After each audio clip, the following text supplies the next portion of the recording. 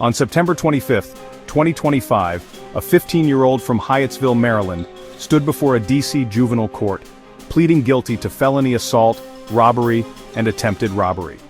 This wasn't just another case, it was the spark for a citywide crisis.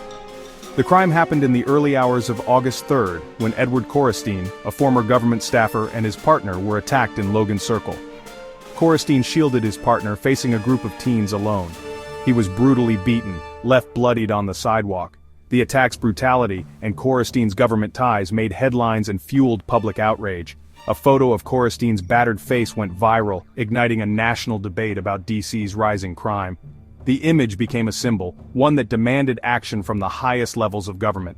Suddenly, this wasn't just about one assault. It was about the city's safety, its leadership, and its future. The pressure for change was immediate and overwhelming. The stage was set for an unprecedented federal response. The viral photo of Edward Korestein quickly reached the White House, fueling a narrative of chaos in the nation's capital. President Trump seized the moment, blasting D.C. leadership and declaring crime out of control. He announced a sweeping federal intervention, ordering a surge of federal law enforcement into the city. In a historic move, Trump federalized the D.C. Metropolitan Police, stripping local leaders of control. The National Guard was deployed, patrolling city streets in a show of force rarely seen outside of emergencies. The message was clear: the federal government was taking charge, with or without local consent. By late August, Trump claimed victory, touting a dramatic drop in crime and declaring, "It's like a different city." His actions sparked a national debate about federal power and local autonomy. Supporters saw restored order. Critics warned of dangerous overreach. The battle lines were drawn for the future of policing in D.C. The National Guard's arrival transformed D.C. Military vehicles and soldiers became a daily sight, far beyond the federal core. For some, the soldiers brought relief and a sense of safety after months of fear. Others saw an occupying force, a threat to civil liberties and local control. Critics argued the military wasn't trained for civilian policing, raising fears of escalation and rights violations.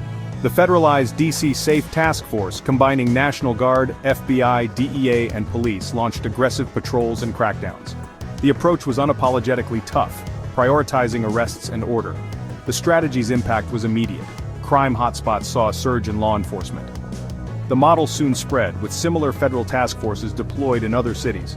D.C. became the testing ground for a new era of federal intervention in urban crime.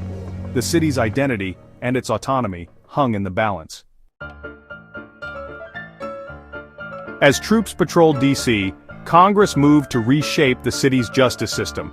In September, the House passed 2 bills targeting juvenile crime, rebuking D.C.'s progressive reforms. The D.C. Crimes Act, led by Representative Byron Donalds, lowered the youth offender age from 24 to 18, pushing more young adults into the adult system. Judges would lose discretion, forced to impose strict mandatory minimums. A second bill, from Representative Brandon Gill, lowered the age for adult prosecution in violent crimes from 16 to 14. Now even high school freshmen could face adult charges and sentences. Supporters argued D.C.'s leniency fueled crime. Opponents warned of devastating consequences for youth and communities. The bills marked a dramatic shift from rehabilitation to punishment. The federal government was asserting control, determined to reshape D.C.'s approach to crime. The debate over justice and autonomy intensified. The federal takeover and new laws transformed D.C.'s justice landscape. In the short term, crime dropped, and many felt safer. But critics warned the surge was unsustainable, failing to address root causes like poverty and lack of opportunity. The new laws shifted focus from rehabilitation to punishment, especially for young offenders. Experts cautioned that treating teens as adults could fuel cycles of incarceration and recidivism. The city's autonomy was challenged, its future uncertain. Was this real progress, or just a temporary fix?